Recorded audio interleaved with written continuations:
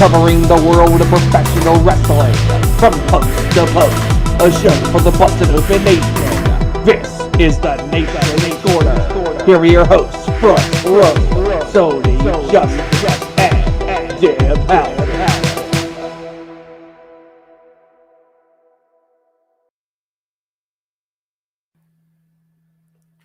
Hey, what's up, pro wrestling fans? Welcome to the Nation's Corner. I am Front Row. Joining me, as always, is Debhausen, the great and powerful, and the greatest truck driver of all time, Tony Justice. What's up, people? What is happening? Not much. Stranded up here in Clearwater, Minnesota. Well, not stranded. I'm being a little dramatic. My truck's in the shop, and I'm here for the weekend, so, that's how things go sometimes. Just say you're stranded. It sounds better. Well, it's unseasonably cold here in the Queen City. We got snow twice this week, which is very unusual. It's like 23 degrees, which, okay, isn't crazy cold for everybody, but it's unusual here. So I'm done with winter. Yeah, me too. Me too. My aunt fled to Florida already, so she left me here. I don't know why. I know. You gotta hold it down up there in Pennsylvania. Yeah. I mean, somebody's gotta, do the dirty work that I do. Mm-hmm. Hey, man, you gotta do what you gotta do. There's a lot to talk about tonight, man. There was so much stuff happening in the world of pro wrestling this week. I want to jump right into probably the biggest thing that folks are talking about this week is the return of Mox on Dynamite this week, and we kicked off the show with Moxley coming to the ring and addressing the AEW crowd, and I want to get your thoughts on it. I want to get into the nuts and bolts of it, but overall, I thought it was a pretty incredible promo. It absolutely was, and honestly, I cried. I cried. I felt every single word that he said. I think the words that he said resonated and kind of hit a nerve with a lot of people, that so many people can relate to what he's gone through. So many people can relate to just having to kind of climb your way back up. Yeah, I just couldn't believe that not only, how relatable everything he said was, but how quiet the crowd was. I mean, you could hear a pin drop in that place. I was like, while I was watching it, I was thinking to myself, has it ever been this quiet before when anybody else has been doing a promo? I can't remember another time where the crowd was just that quiet.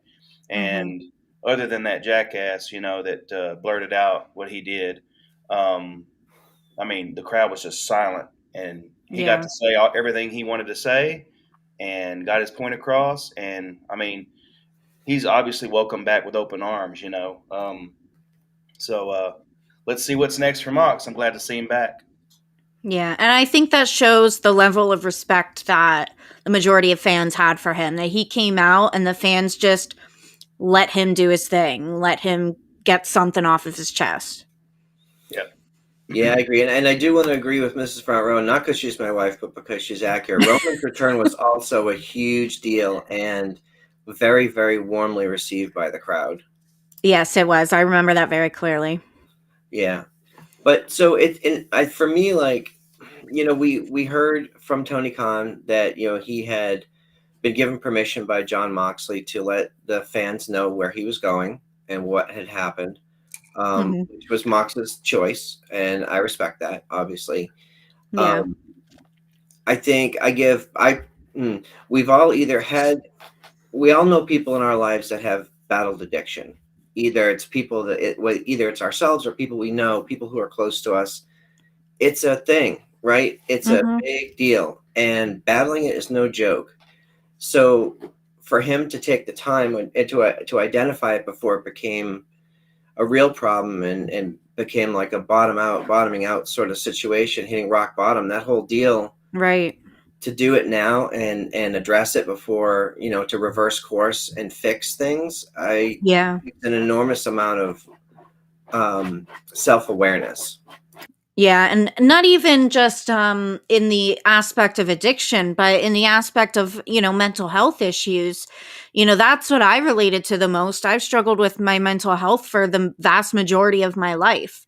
And, I have had those moments, especially, the last couple years have been very difficult on a lot of people. And, I had the self-awareness enough to realize that I was struggling a little more than usual.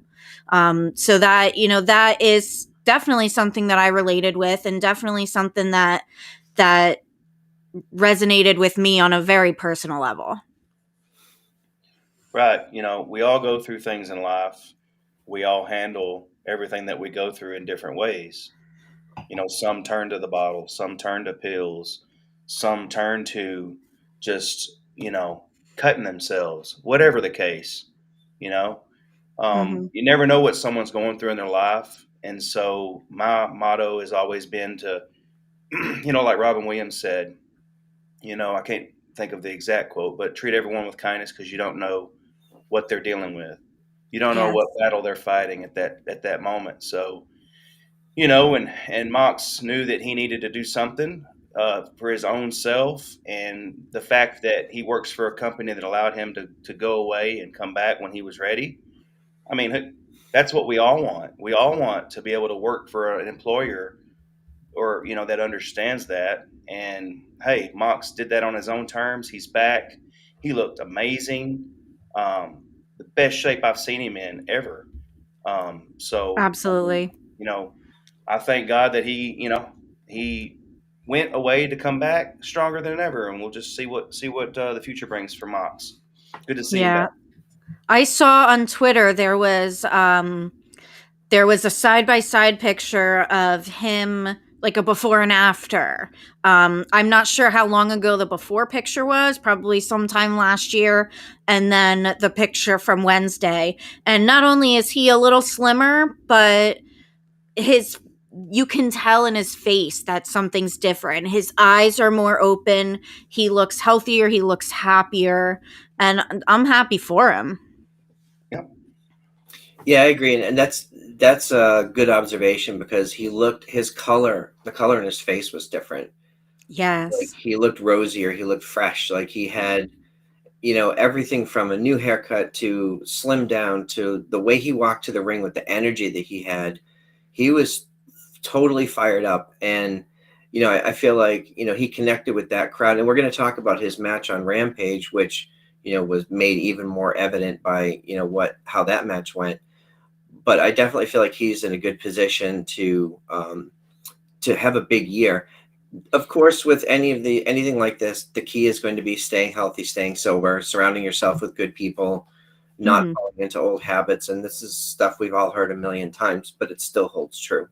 So Yeah. I'm rooting for the guy. Like I don't know him personally, but I have seen people go through that stuff, and I hope for the best for him because I think he's an enormous star. And like Dave LaGreca said on the show this week, he may not be the champion, but he is the chosen one by the fans as the leader of that company. Mm-hmm. Yeah. Yeah, I agree. I've been a fan of his for a very long time. I think I have 3 Dean Ambrose shirts in a time when I wasn't really buying wrestling merchandise. The Dean Ambrose shirts were the only shirts that I bought. Yeah. Yeah, and I'm not going to cover a ton of WWE today, but I did want to mention Seth Rollins called out Jon Moxley by name on TV the other night. Not Dean Ambrose, but he called him Mox. And I thought that was interesting because so did Pat McAfee. Yeah. Yeah. Just a little subtle nod to, hey, we're happy you're back. A happy Right. back doing his thing. So I thought it was cool. But I do want to cover a bunch of AEW stuff. But first, let's talk a little bit of Mission Pro. Mission Pro Wrestling has their big pay-per-view Crazy Train next Saturday night, 8:30, 7:30 Central on Title Match Network. And it's a stacked card. I spent some time this week catching up with some of the promos that the different talents were posting on the Mission Pro YouTube channel. And there's some really focused people over there. Everyone from Kelsey Reagan to Holidead to Kylan King to, oh my goodness, there's like at least 10 of them over there. You got to go check them out because they're a minute to 2 minutes long, and they're really, really good. Yeah, I'm a huge fan of Kylan King. She's the king. She is King Two Belts right now, I think is what they're calling her.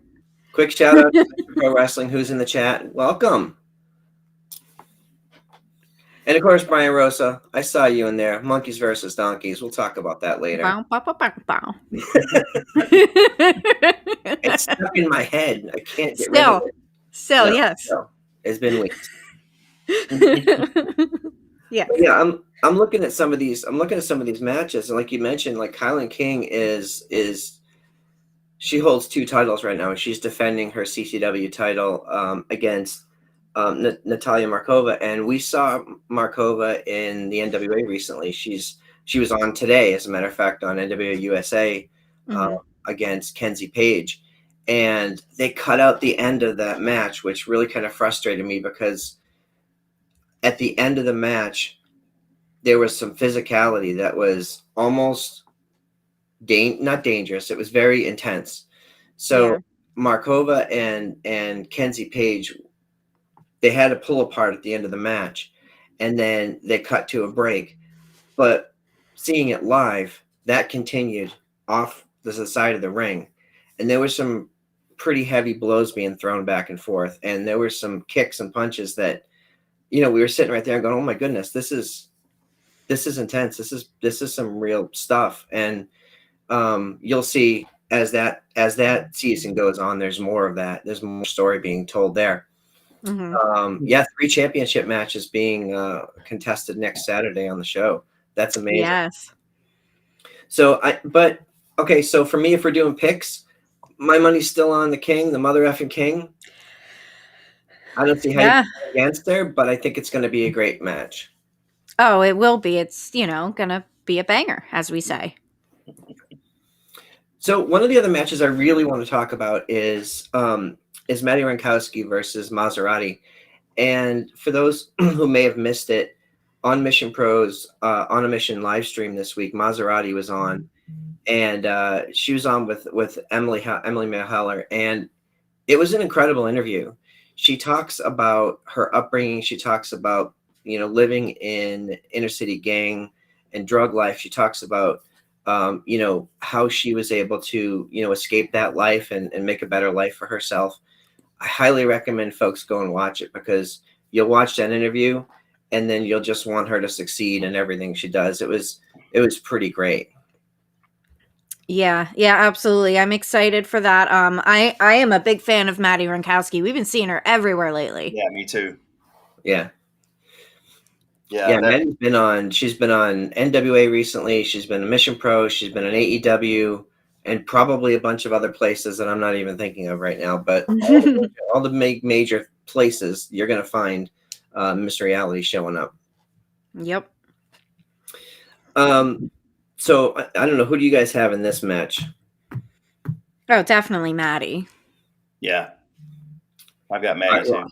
I've got to go Maserati. I'm just rooting for her now, and she's got my sympathy and my vote. So that's where I'm going. One of the other matches, Kelsey Reagan and Viva Van versus the Renegade Twins. Viva Van cut like a great promo. If you watch the one that's up on the Mission Pro YouTube channel, it's pretty great. It definitely makes me feel like I should be picking her. However, the Renegade Twins are who they are.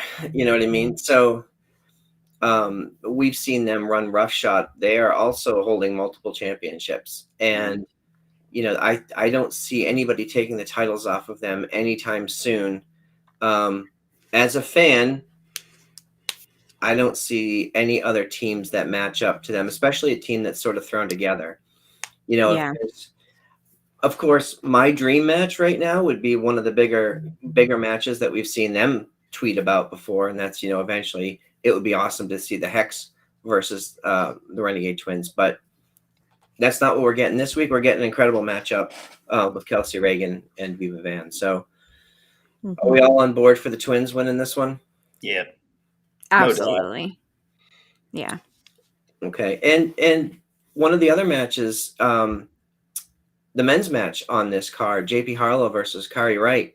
And I want to mention to folks, we did a really fun interview with JP Harlow this week. We're going to premiere it on our YouTube channel tomorrow night, 6 p.m. Eastern. That's Sunday, 6 p.m. Eastern. I recommend it a lot. He was awesome. He was so much fun to talk to. He shares his experiences with AEW and Mission Pro and reality wrestling and just all of the different things that he's done, including some fun Taco Bell conversations. Yes. Yeah, that was a fun interview. He seems like a really cool guy, and I can't wait to see what this year has in store for him. Yeah, totally agree. Yeah, it's definitely one of those interviews where at the end you feel fortunate to have had the time with him, because there's only a matter of time before he's going to be on a big stage somewhere doing big things. Yeah, absolutely. So the biggest match, I think, is of course the Holodead versus La Rosa Negra. Now we've seen Holodead just beat the crap out of people. She's so violent. There's no lack. I can't think of a better word for Holodead than she's intense and violent. But La Rosa Negra is so good. She's a seasoned veteran. She knows Holodead. I don't know how to pick this one. I think I'm gonna go with La Rosa Negra. I think she's gonna get it back this time. Well, of course I'm going Holodead, the queen of bangers. I mean, there's no way. I mean, the match is going to be, in my opinion, the match of the night. In my opinion, and Holodead just constantly putting on standing ovation matches. Every time I've seen a match of hers live, at the end of the match is a standing O. So it's Holodead all day long for me. And I love La Rosa Negra, but I'm picking Holodead.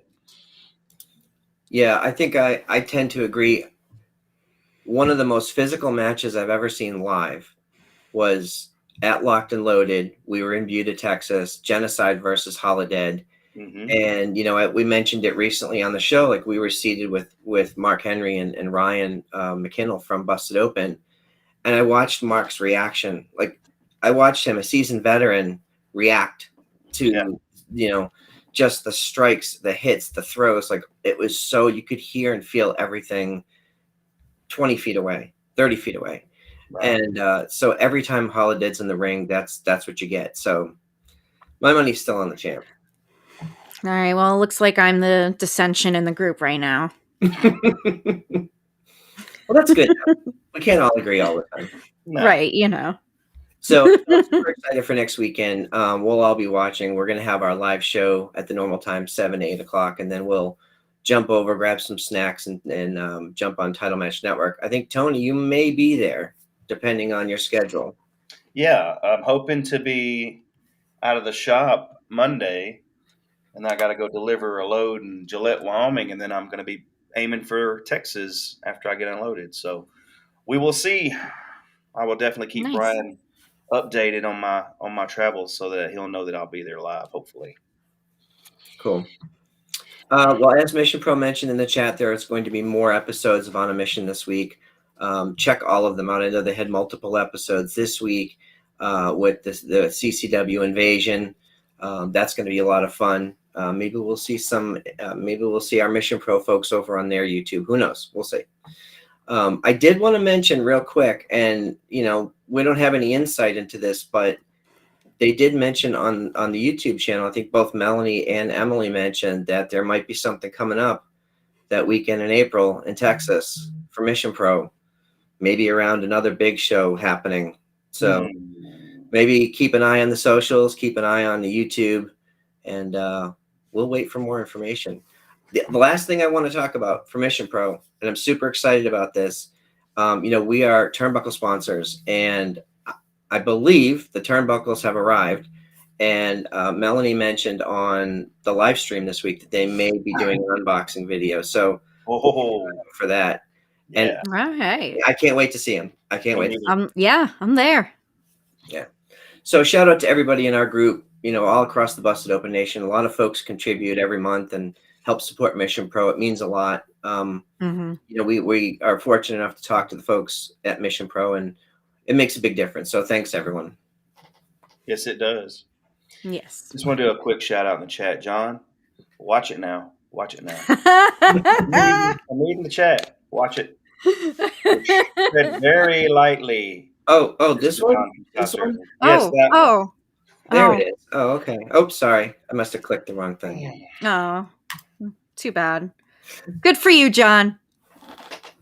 All right, Deb, where are we going next? We're going AEW or GCW?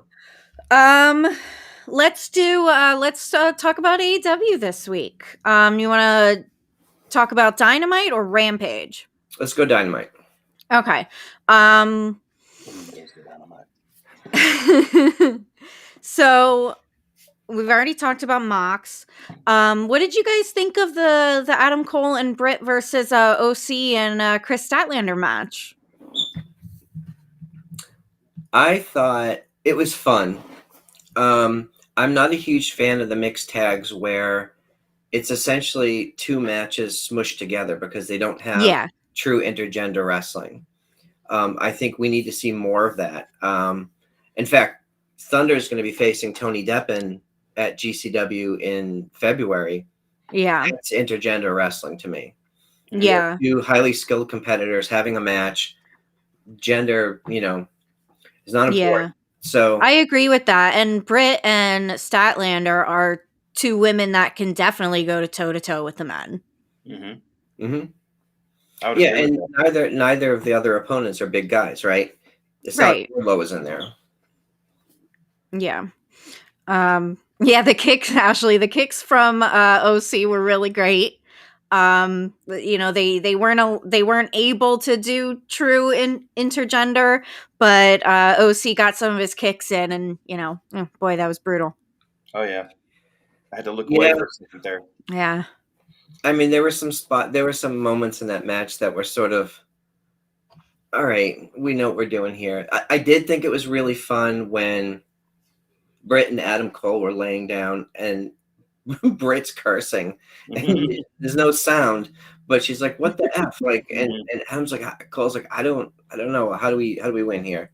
That was a fun moment. Yeah, they do that for the camera, but I from a match perspective, it served a purpose. It was fine. Yeah. Tony, you got anything to add to that? No, I just Ryan's gonna get us in trouble one of these days. I'm chuckling at Ryan.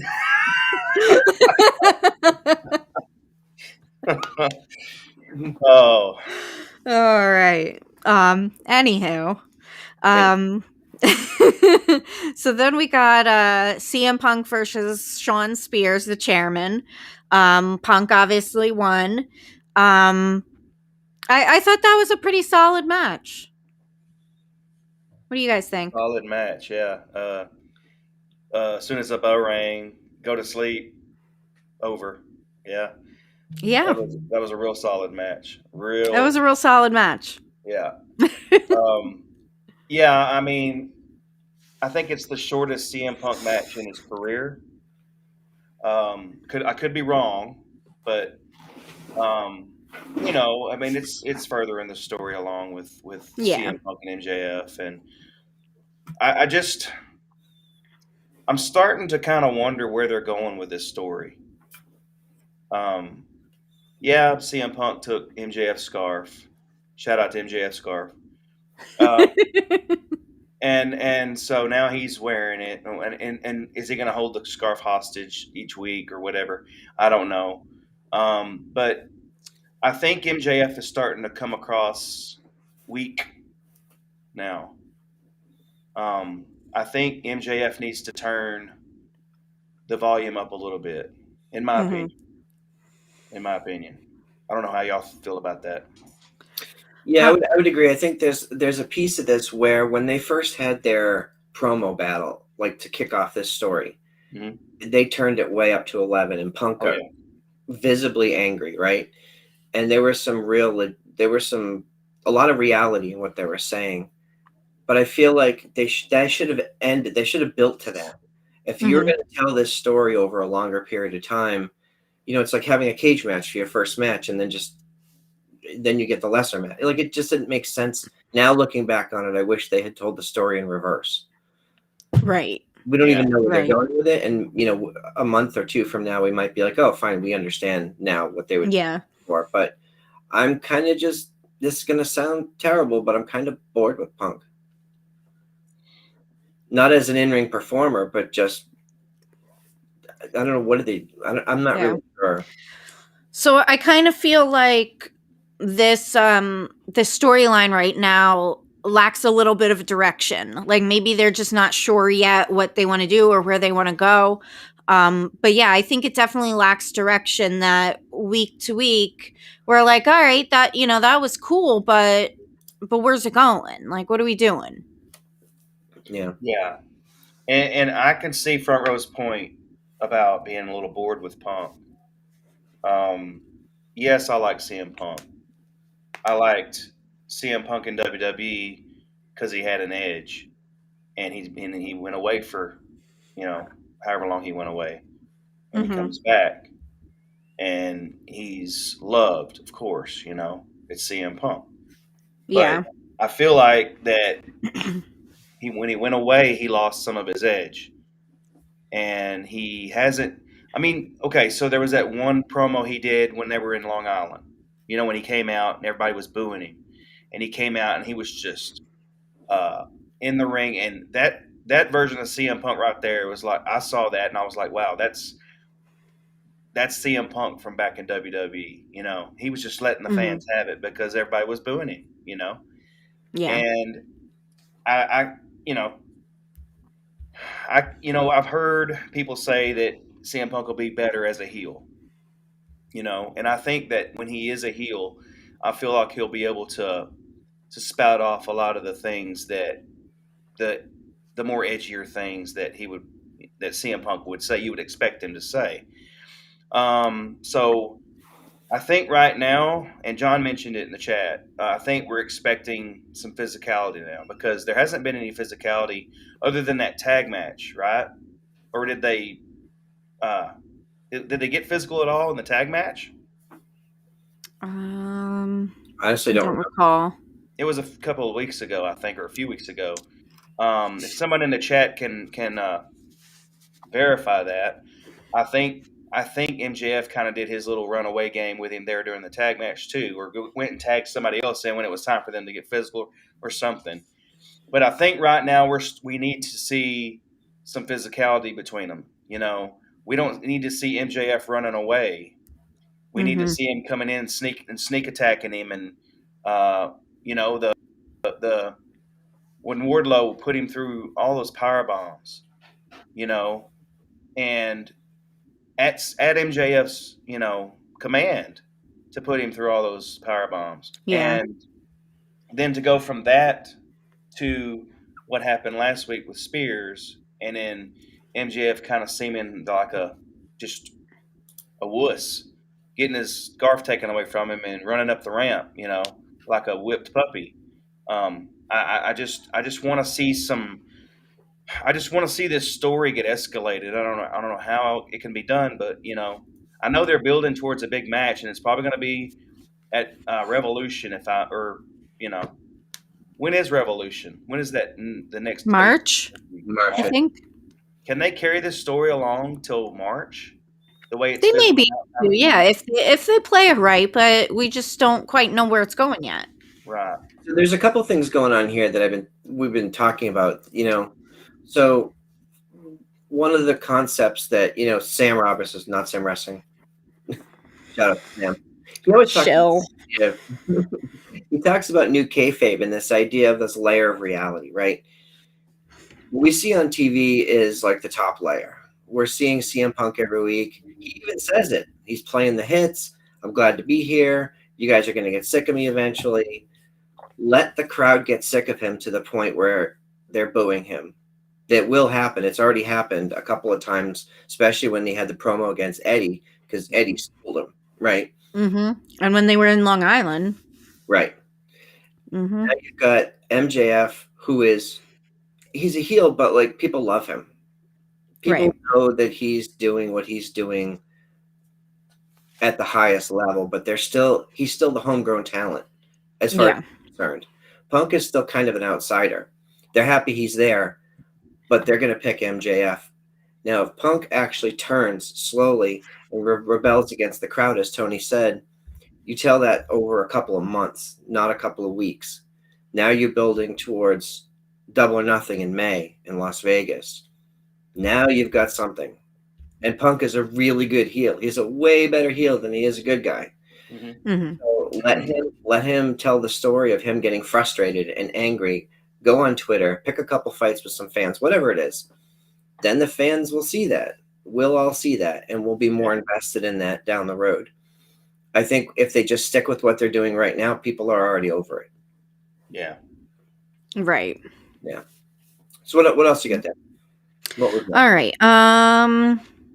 We had the debut of the tag team of Malachi Black and Brody King versus the Varsity Blondes. Yeah, we don't have to spend a ton of time on this. It's a really cool entrance, really cool presentation. I didn't expect it to go any differently than it did. Right. Okay, so then I'm just going to fast forward to the end of Dynamite and Darby Allin and Sting versus the Acclaimed. What did you guys think about that? Tony? Well, when the Acclaim did their little rap, their little, a little segment before the match, that lit a fire, I think, with Darby and Sting. Not that you had to light anything with them anyway, but you taunted them, you got them. They came down, and that match was insane. Sting, at the age that he is, 61, 62 years old, I'm not too sure, but to be doing the things he's doing right now in AEW at his age, it amazes me. I'm a little Stinger. I grew up with Sting as my number one favorite wrestler of all time. And I've been with him ever since the Surfer days in the NWA, the old NWA, WCW days, and to be through the incarnations of Sting, and to see him now, he wrestles with an intensity like he is making a statement now in AEW. I feel like he is where he wants to be. And he is definitely helping to elevate Darby Allin. They have that set perfect in AEW, where you have the legend with the homegrown talent, and just the spots they were doing. Oh my God! I mean, Darby. I just don't see how Darby does not just kill himself every match he's in. I mean, he is that. I love that match. Yeah. Darby's definitely fearless. And I think, like, to piggyback off of you about Sting, I feel like right now he's wrestling like he's got something to prove. Mm-hmm. He's not just there to help elevate Darby. Mm-hmm. He definitely wants to prove something to himself, to the fans, whoever. He had a WWE run that didn't really go as the fans or he wanted, and I think right now he's definitely trying to make up for that. Yeah, it's one of the things that we noticed when we went to AEW in August. Sting always puts the spotlight on Darby. Even when he was around the ring supporting him in a match, he was cheering him on. He wasn't trying to get attention for himself. When they were going to the back, he was helping him. Everything that he does elevates Darby as a new performer, even though he's not super new, Right. compared to Sting being the veteran that he does. And I wasn't a WCW guy, so a lot of I'm aware of it now, going back and watching stuff. But a lot of what I'm seeing from Sting is mostly what I know of him from a watching it live perspective. Yeah. Mhm. I'm so impressed that this guy is able to do what he's able to do at 62, or 42 or 32. Like, he's wrestling at a pretty high level. Mm-hmm. Yeah. But you're right, the chemistry that he and Darby have, and the stuff that they do, the little vignettes, the little looks, the up in the rafters, like the little callbacks, things they do behind the scenes, the backstage. Although I do have to give a shout out to the Acclaim for that video that they posted. Yeah. that video is fantastic. Speaking of videos, did y'all see the video that was put out by Stinger Darby where they were in a traffic jam outside the arena and these fans they were in a car and had personalized license plates, AEW. Sting and Mhm. Darby get out and knock on their window and they're just, the Yeah. fans, they just pop the fans. That was so cool Yeah. of them to do that. They just got out of their car, acknowledged them, and then got back in their car. It was freaking cool. Yeah. That was very cool. It was a very cool moment. Elder is in the chat saying that Darby needs to sell a little bit more. I am, as you guys know, I'm a big fan of Darby. But I will agree with that. He does tend to like no sell a lot of stuff. Maybe he just doesn't want to look weak. Maybe he's just the daredevil in him that is like, oh, that doesn't bother me. He just brushes it off. But yeah, he does need to sell a little bit more to make the whole thing look great. Right. Yeah. Just real quick, I want to just rewind for a moment. Shout out to Mindrunner in the chat, fellow Mission Pro sponsor. He mentions that video from Pac that we saw. Mm-hmm. That was un-effing real. Like, it was Mhm. so good. Go back and watch just the clip of that. It is chill-inducing. Mm-hmm. And Mhm. now you're bringing him back to face, Brody and Malachi. I'm Yes, 100%. please. Yeah, because Malachi and Brody King were a team in PWG, right? Mhm. And they tore the house down. So Oh yeah. it'll be interesting to see.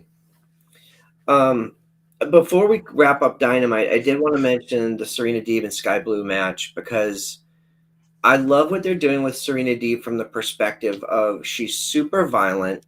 She doesn't give a crap about the rules. She's just out there to injure people and remind people who she is. She's one of the best technical wrestlers on the planet, and she's a bad guy. So Mhm. all that stuff together, and you saw the aftermath of Hikaru Shida and how bruised up her leg was. Her leg was effed up. Like, it was bad. Bruises all over the place from that kendo stick. I love what they're doing with her. I felt for Sky Blue, Yeah. seen her in NWA. We've seen her in person. We've hung out with her a little bit. Mm-hmm. So, like, I was like, oh man, I wanted to see her get more offense in. But I understand what they're doing. So I really like what they're doing with Serena Deeb. And, there's some big names now that are in AEW where you have matches, with a Thunder Rosa or Mercedes Martinez. We're starting to see Marina Shafir's name was circulated. They came out with an AEW shirt for her, although I haven't seen an announcement about her being signed. No. Marina Shafir is interesting because her WWE run was not great. Fast forward to Bloodsport last year, and she was awesome. She was so physical. She really melded her MMA style with pro wrestling. So I'm really excited to see what she brings. We've seen her have a couple of dark matches, but you put her in a prominent position with a Serena Deeb, or any of the other top women. I think there's something there. Yeah. Right. Yeah, absolutely. All right, so let's talk some Rampage. Rampage. Okay, so Mox versus Ethan Page. Two of my favorite guys. Mox obviously came out with the win. But I think Ethan Page more and more every week is really showing the talent that he has, not only in the ring but on the microphone. He's gold. Yeah. When Mox came out, and Ethan came out, I was like, well, because when we were watching it on Zoom, and I said, because I wasn't aware of I guess I just missed it or whatever, and I don't know how you can miss it when you hear Tony Khan on Busted Open doing the infomercial for it. But um,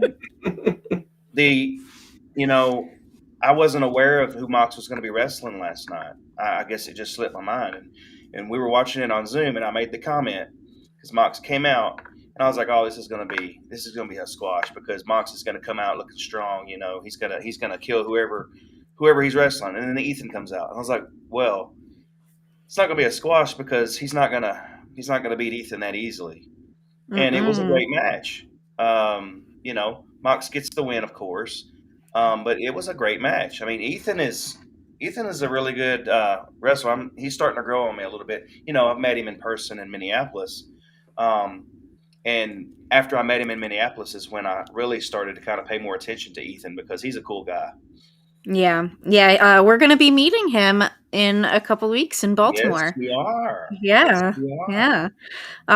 Yeah. Seth says in the chat, I really did miss Justin Roberts announcing Jon Moxley. I missed it. Justin Roberts is the best announcer in the history of wrestling as far as I'm concerned. I don't care what y'all say. I know you have some opinions. All right. We don't always have to agree. You're right. I love Justin Roberts. I have loved him since I started watching wrestling. I know I'm young, but seeing him announce the name Jon Moxley, it's just as good as when he used to announce John Cena. It's the best. All I will say is rest in peace, Howard Finkel. Howard was special. I don't know how well Howard's voice would work in today's product, but for the time, there was nobody that could touch him. Yeah. I wasn't alive back then, so. Well, you do have Peacock,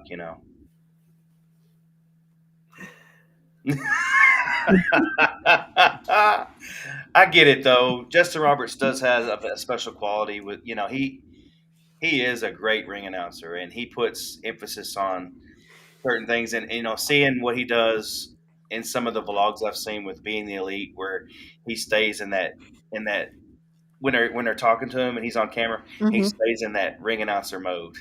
It's funny. Yeah. Yeah, and Mind Runner says in the chat, Justin Roberts is a really big part of the show. When you go to a live AEW show, even in commercial breaks or between segments, he's standing there chatting with people in the front row.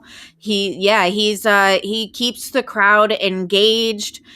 He keeps everyone involved. There is no downtime where you're just sitting there not paying attention to what's going on, and he does that.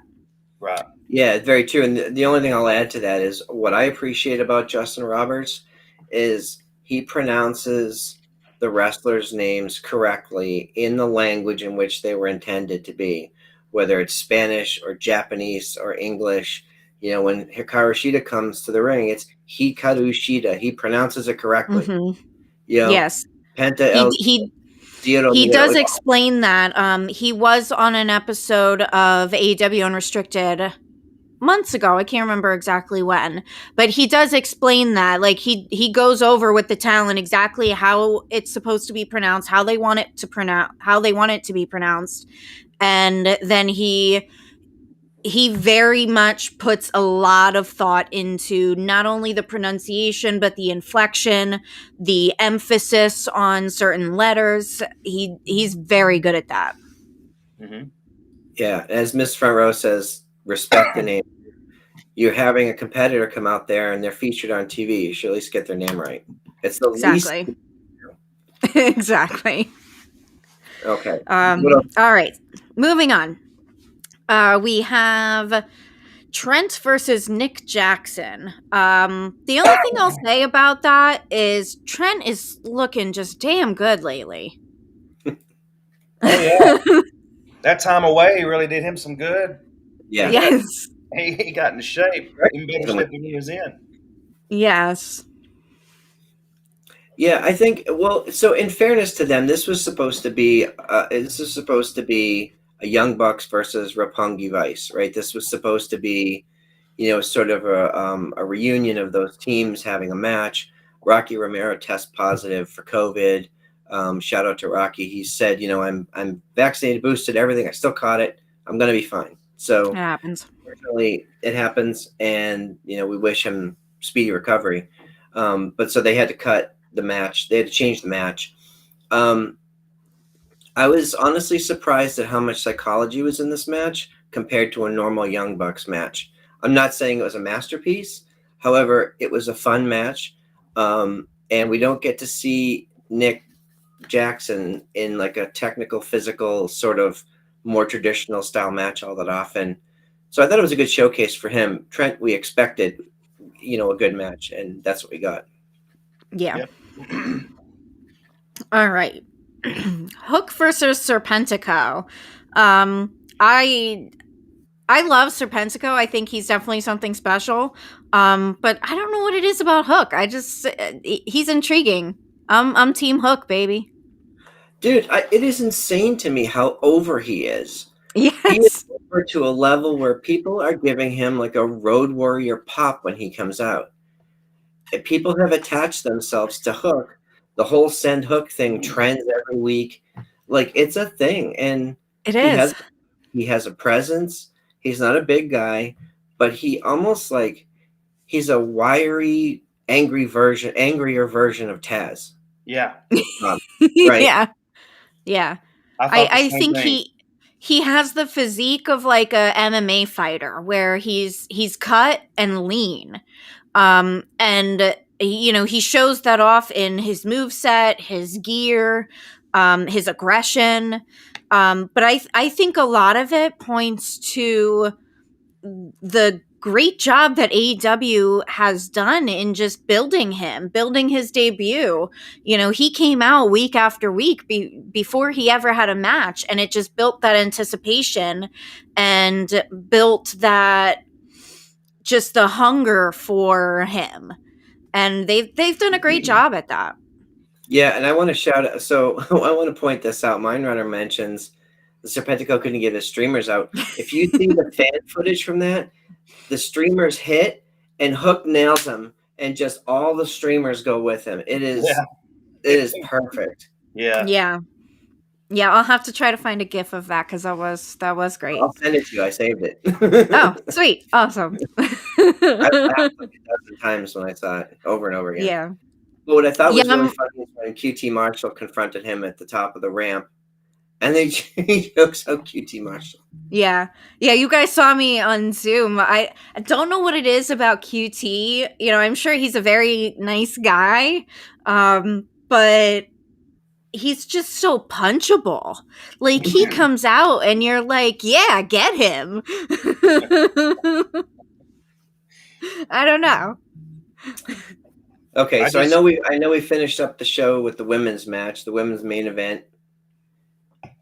Jade Cargill versus Anna Jay. Yeah. I think Anna is really showing what she's got. I think she said in her promo that the hardcore match that they had with the women, changed her, and I think that's showing. It's coming across that she's showing a more aggressive side of her. One thing that I have noticed about Anna Jay in all of her matches is she plays to the crowd a lot. Like, it almost feels like she's more focused on the crowd and trying to get a reaction from them than she is doing what she's supposed to be doing in the ring. But that's just my opinion. I've never stepped foot in the ring. I have no idea on how to do a wrestling match or whatever. It's just coming from a fan's perspective. That's just what I've noticed. Mm-hmm. Yeah, and I see Mindrunner.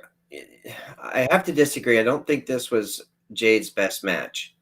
I think it was a good match. I think they were fine together. There was nothing that I would call out from a fan's perspective that I would go, oh my goodness, that was not great. We've seen Jade earlier on in her career have some not so great matches.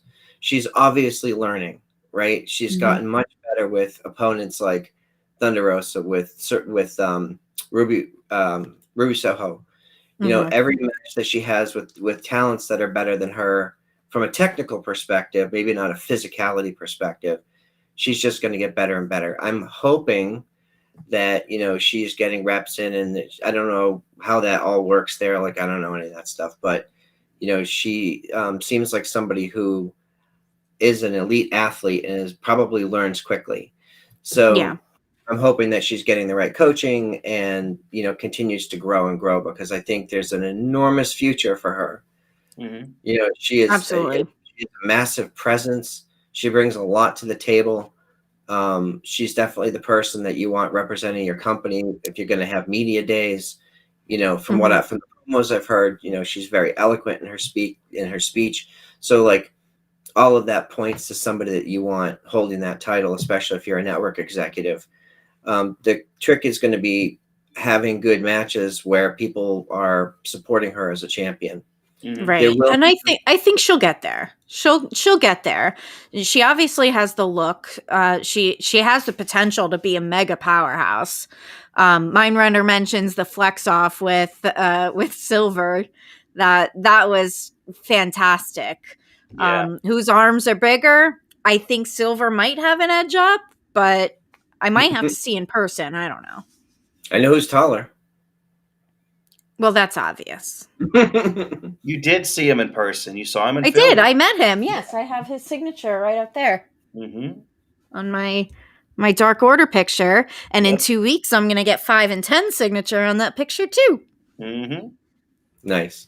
Very nice.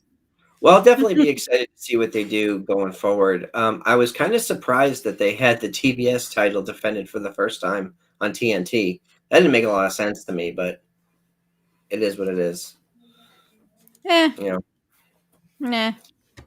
no brand separation in any company these days, anyway. All right, It's the same. It's this TBS and TNT are the same company anyway, so it doesn't really. To me, it doesn't bother me because I feel like they are the same company. They can float back and forth. In my opinion. Agreed. Any last thoughts on AEW before we move on? We're running out of time. I know we're running out of time.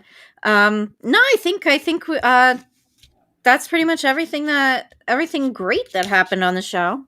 Okay, so let's touch on GCW real quick, because I don't want to spend a ton of time on this because there's so much stuff here.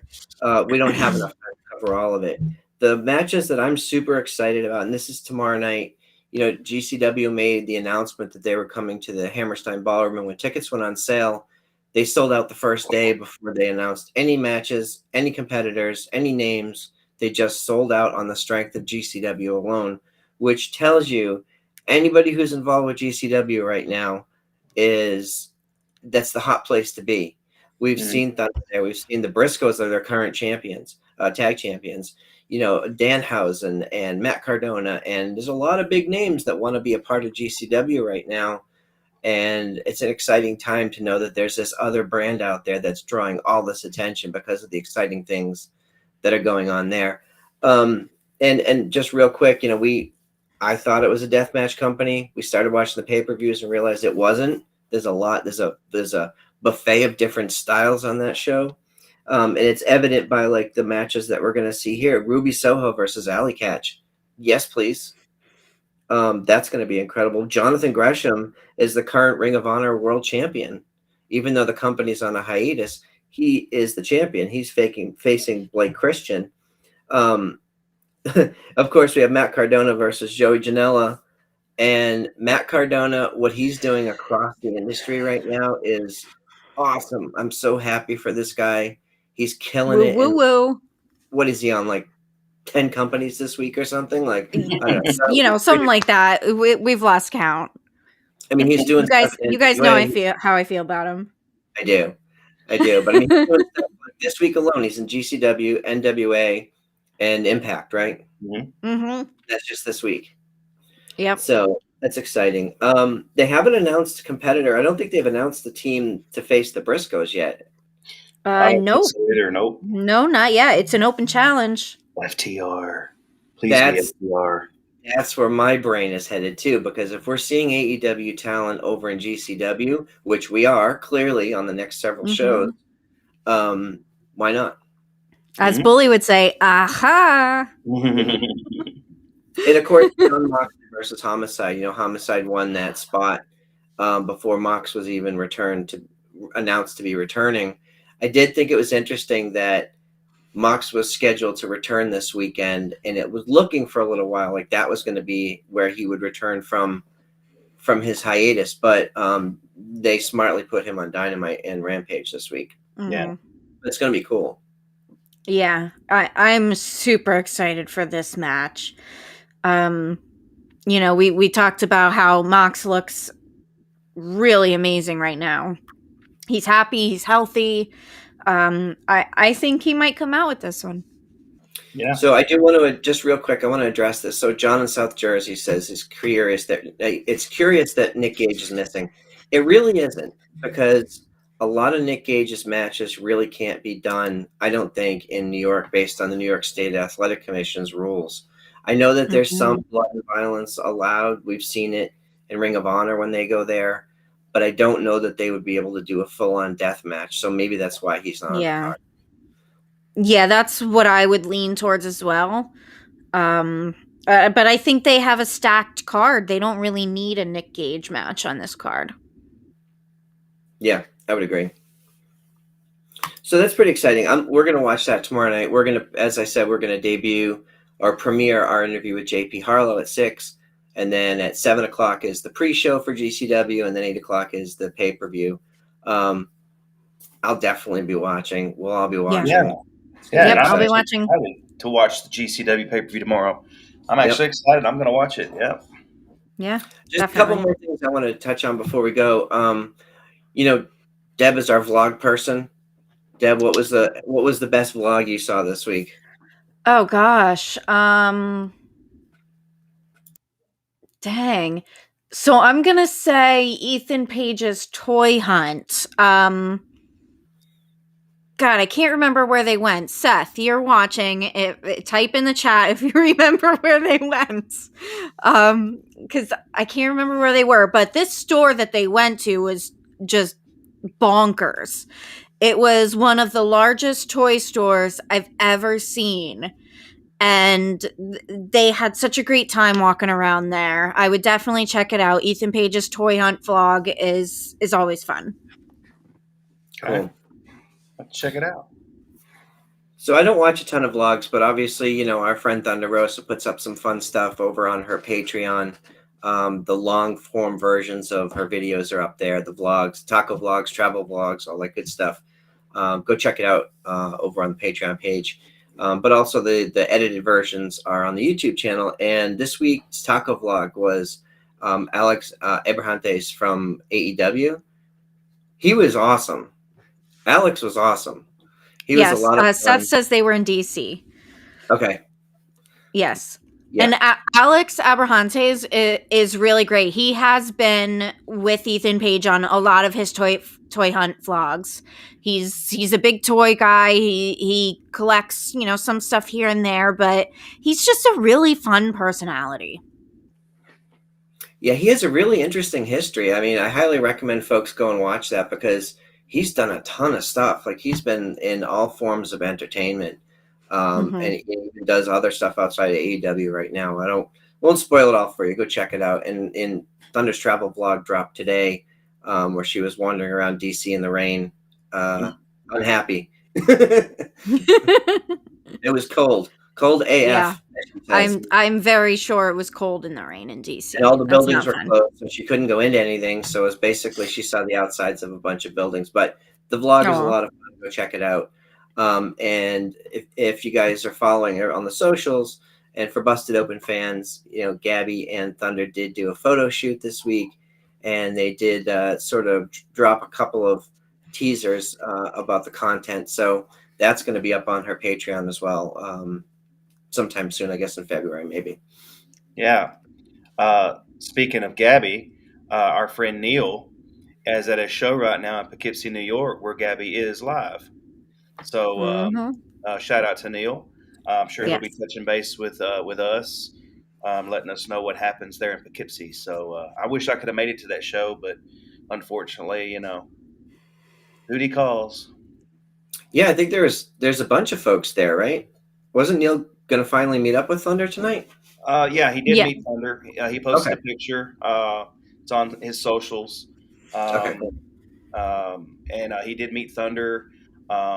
He met Dave and Bully, or saw Dave and Bully again. He's already met him once, but yeah, he's there, and I'm eager to see, because I know that there's some stuff that they talked about on Busted Open. There was Vito and some other guy. David mentioned was talking mad crap about Mark and Dave on Twitter. And so they were going to have a confrontation tonight. So I'm eager to hear from Neil what happens there. So Okay, nobody talks crap about my man Mark Henry. not No. and walks away with an arm.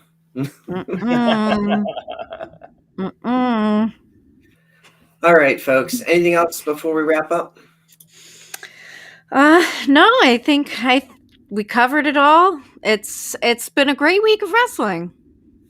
Yeah, man. It's going to be fun next week. There's all kinds of cool stuff going on, from the GCW show to Mission Pro to all the normal shows during the week. I will be interested to see, not giving an opinion, I'll be very interested to see Bully's response to all the social media stuff if he addresses it on Busted Open. So folks will probably want to be tuned in on Monday if Bully's on the show. I'm sure. Because if he has a response, it'll be there.